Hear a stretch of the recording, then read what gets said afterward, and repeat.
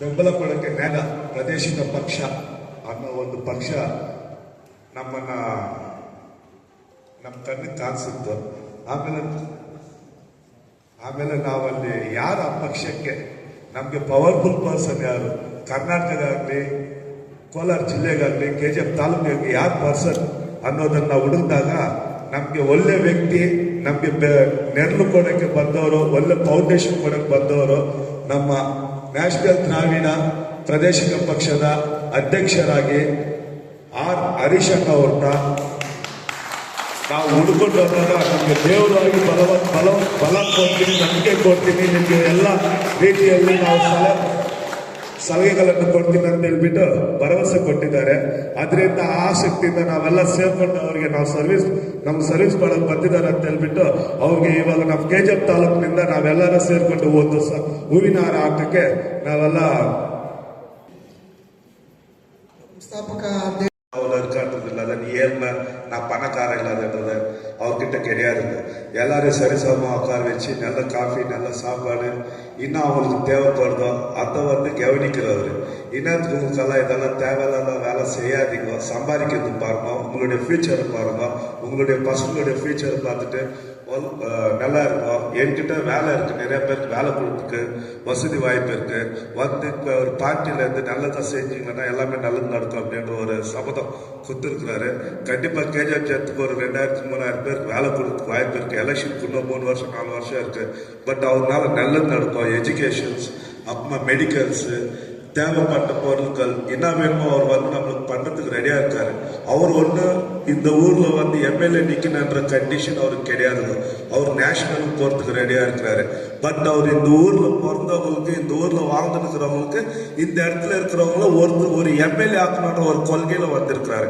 அவர் நோக்கம் அவருடைய MLA ஆக்கணுன்றது கிடையாது, அவருடைய சொந்த MLA ஆக்கணும்னு கிடையாது. இந்த ஊர்ல பிறந்தவங்க MLA ஆகணும், நான் உங்களுக்கு ಸಪೋರ್ಟ್ ಪண்றவங்களை ಡೆಲ್ಲಿಲಿ ಉட்கார வைக்கிறன்ற ஒரு ಎಣ್ಣத்தில் வந்திருக்காரு. ಅದರಿಂದ ನಾನು ತುಂಬ ಧನ್ಯವಾದಗಳನ್ನ. ತಮಿಳು ಅರ್ಥ ಆಯ್ತಲ್ಲ? ಸ್ವಲ್ಪ ಅರ್ಥ ಆಗಿಲ್ಲ. ಸೊ ಈ ಊರಲ್ಲಿ ಯಾರು MLA ಕ್ಯಾಂಡಿಡೇಟ್ ಆಗೋ ಥರ ಇದ್ರೆ ಅವ್ರಿಗೆ ನಾನು ಭರವಸೆ ಕೊಟ್ಟು, ಅವ್ರಿಗೆ ಶಕ್ತಿ ಕೊಟ್ಟು, ಅವ್ರಿಗೆ ನೆರಳಾಗಿ ನಾನು ನಿಂತೀನಿ. ನಾನು ನ್ಯಾಷನಲಲ್ಲಿ ನಾನು ಕೂತ್ಕೊಳ್ತೀನಿ, ನಿಮಗೆ ನಾನು ಬಲ ಕೊಟ್ಟು ನಾನು ಅಲ್ಲಿ ನಿಮ್ಮನ್ನು ಸೇರಿಸ್ಕೊಳ್ತೀನಿ ಅಂತ ಒಂದು ಆಸಕ್ತಿಯಿಂದ ಬಂದಿದ್ದಾರೆ. ತಾವು ದಯವಿಟ್ಟು ಯಾರೇ ಆಗಲಿ ಒಳ್ಳೇದಾಗಬೇಕಂದ್ರೆ ಅವ್ರ ಹತ್ರ ಬಂದು ಅವ್ರ ಹತ್ರ ರಾಜಕಾರಣ ಮಾಡಿ ಅವ್ರ ಹತ್ರ MLA ಕ್ಯಾಂಡಿಡೇಟ್ ಪಡಿಬೋದು ಅನ್ನೋದೊಂದು ನನಗೆ ನಂಬಿಕೆ ಇದೆ. ಈ ಸಭೆ ಸಣ್ಣದಾಗಿರ್ಬೋದು, ಆದರೆ ತುಂಬ ಚೆನ್ನಾಗಿದೆ. ಆದರೆ ಮುಂದಿನ ದಿನಗಳಲ್ಲಿ ದೊಡ್ಡ ಮಟ್ಟದಲ್ಲಿ ನೀವು ಇದನ್ನ ಮಾಡಬೇಕಾಗುತ್ತೆ. ಇಲ್ಲಿ ಹರೀಶ್ ಅವರು ಏನು MLAಗೋ ಮತ್ತೊಂದಕ್ಕೋ ಕಂಟೆಸ್ಟ್ ಮಾಡಕ್ ಬಂದಿಲ್ಲ. ಇಲ್ಲಿ ನನ್ನ ಪಕ್ಷದ ಕಾರ್ಯಕರ್ತರನ್ನ ಹುಟ್ಟಾಕಷ್ಟೇ ನಾನು ಬಂದಿದ್ದೀನಿ. ಯಾಕಂದ್ರೆ ಇವತ್ತು ನಿಮ್ಗೆಲ್ಲ ಗೊತ್ತಿರೋ ಹಾಗೆ ನ್ಯಾಷನಲ್ ದ್ರಾವಿಡ ರೀಜನಲ್ ಪಾರ್ಟಿ ಅಂದ್ರೆ ನಿಮ್ಗೆಲ್ಲ ತಿಳುವಳಿಕೆ ಇರಬೇಕು.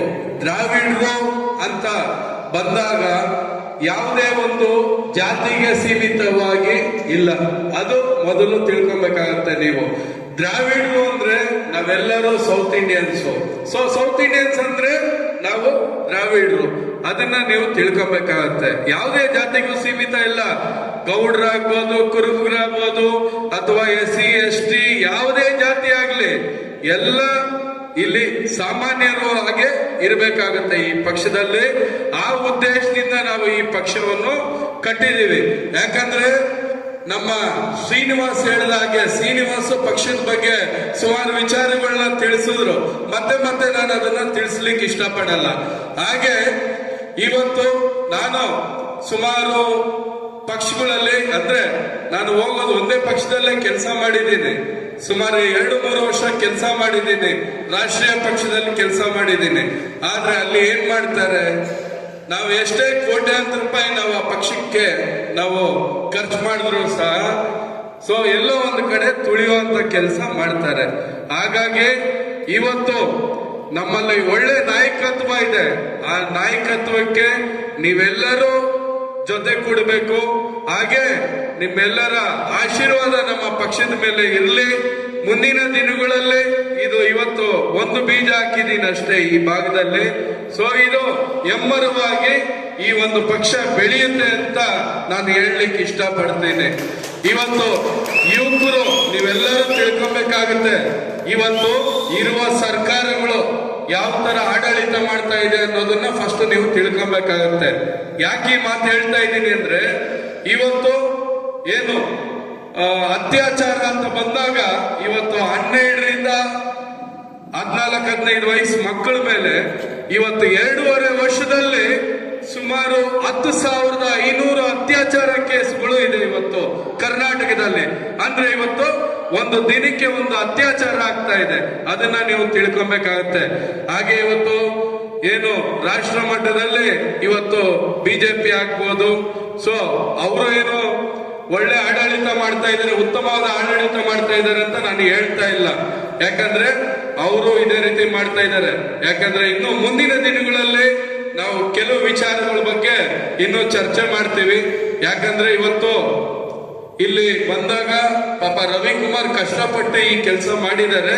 ಸೊ ರವಿಕುಮಾರ್ ಒಂದೇ ನಾನು ಹೇಳೋದು, ನೀನು ಈ ಭಾಗದಲ್ಲಿ ಏನ್ ಬೇಕಾದ್ರೂ ಮಾಡು, ನಿನ್ಗೆ ಏನ್ ಬೇಕೋ ಸಹಾಯ ಮಾಡ್ತೀನಿ, ನಿನ್ಗೆ ಯಾವತ್ತೂ ನಾನು ಬೆನ್ನೆಲುಬಾಗಿ ನಿನ್ ಹಿಂದೆ ನಾನು ಇರುವಂತ ಕೆಲಸ ನಾನು ಮಾಡ್ತೀನಿ ಅನ್ನೋದನ್ನ ನಾನು ಹೇಳಲಿಕ್ಕೆ ಇಷ್ಟಪಡ್ತೀನಿ.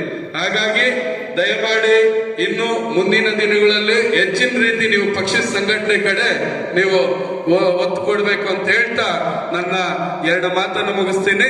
ಜೈ ಹಿಂದ್, ಜೈ ಕರ್ನಾಟಕ ಮಾತೆ. ஏன் சொல்றேன்னா, நீங்க எல்லாரும் தெரிஞ்சுக்கணும், திராவிட அண்ணா நாவெல்லாரும் சவுத் இந்தியன்ஸ்ன்றது நீங்க எல்லாரும் தெரிஞ்சுக்கணும். அதுக்கோசரம் இந்த திராவிடன்ற பதம் வருதுங்க. அதனால நான் சொல்றேன், சோ நீங்க எல்லாரும் பண்ணுங்க. சோ இங்க நல்ல லீடர்ஸை பார்க்கணும். நீங்க நல்ல லீடர்ஸை பார்த்துட்டு யாரு நல்ல லீடர் இருக்காங்களோ அப்படியேப்பட்டவங்களை நீங்க எடுத்துக்கோங்க. உங்களுக்கு என்ன வேணும், நான் உங்க கூட இருக்கிறேன். ஓகே, நீங்க உட்கார்ந்து இருக்கிறப்ப கேட்டீங்க, ஹரிஷ் சார் உங்களுக்கு தமிழ் வருதான்ட்டு. எனக்கு தமிழும் வரும், எல்லாம் வரும். அந்த மாதிரி ஒன்றும் நினைக்காதீங்க.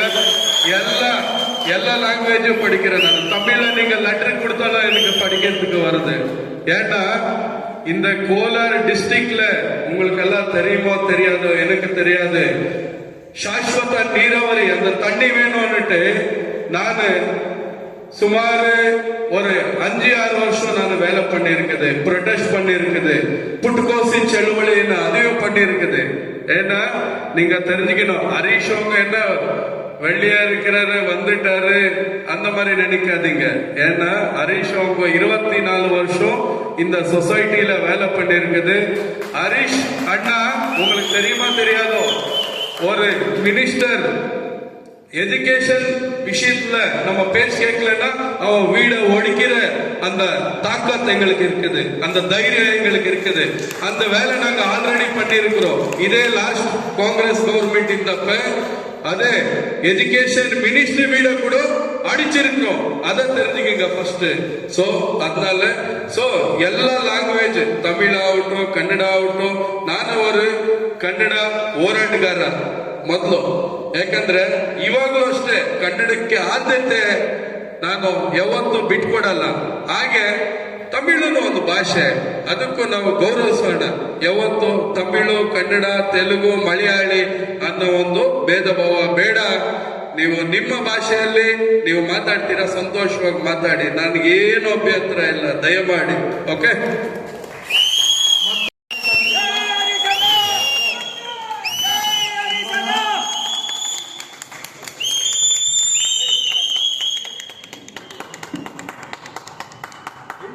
ಪಕ್ಷಕ್ಕೆ ಜಯವಾಗಲಿ.